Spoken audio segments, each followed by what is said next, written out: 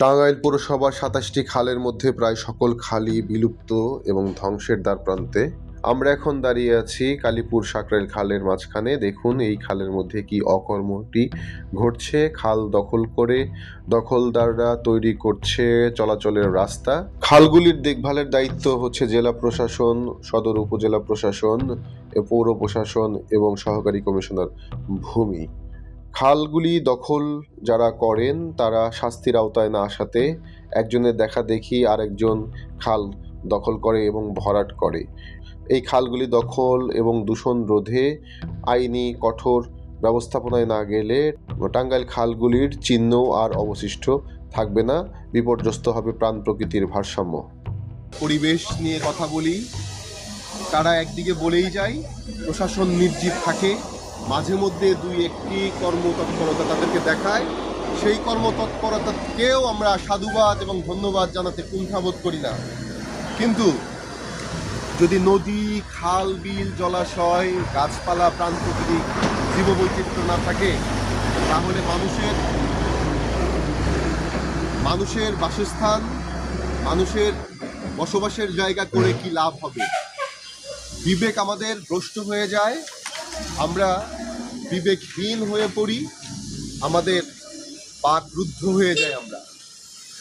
যাই হোক, যে কর্মটি হচ্ছে এটি পরিবেশের জন্য মোটেও শুভকর নয়।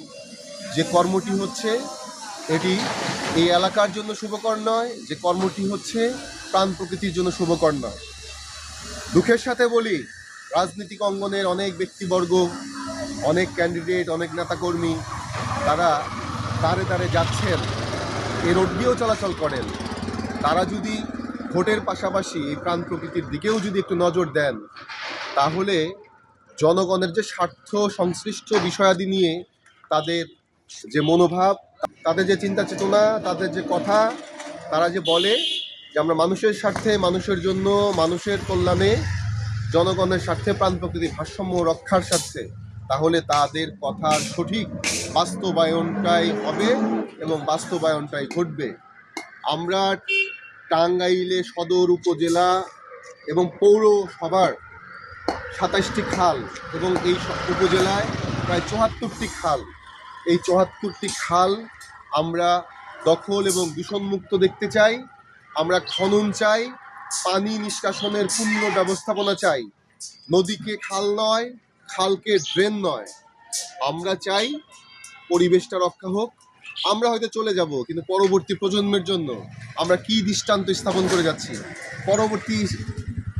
পরবর্তী প্রজন্মে শুধু কি জানবে যে আমাদের দেশে নদ নদী ছিল, খাল বিল ছিল, বইয়ের পাঠ্য বইয়ে, পুস্তকে, এবং কি সেটা কি শুধু শোকেজেই তোলা থাকবে? আমরা সেই দৃষ্টান্তটা চাই না।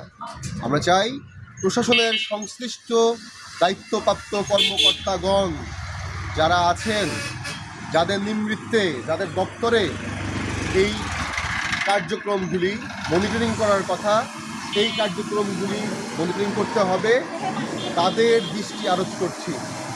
খাল ভরাট শুধু এখানে এই কর্মটি হচ্ছে না, চতুর্পাশে খাল ভরাট হচ্ছে।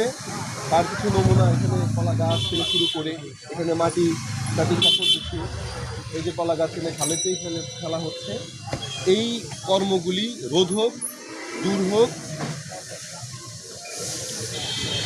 পরিচ্ছন্ন নগরী, পরিচ্ছন্ন দেশ এবং খালবিল মুক্ত হোক, এই আশা করব।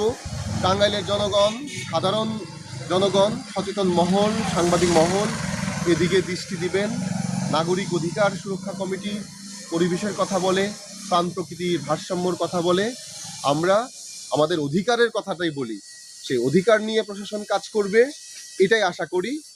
এই অধিকার নিয়েই সংশ্লিষ্ট কর্তৃপক্ষ এবং দপ্তর কাজ করবে, সেটাই আশা করি।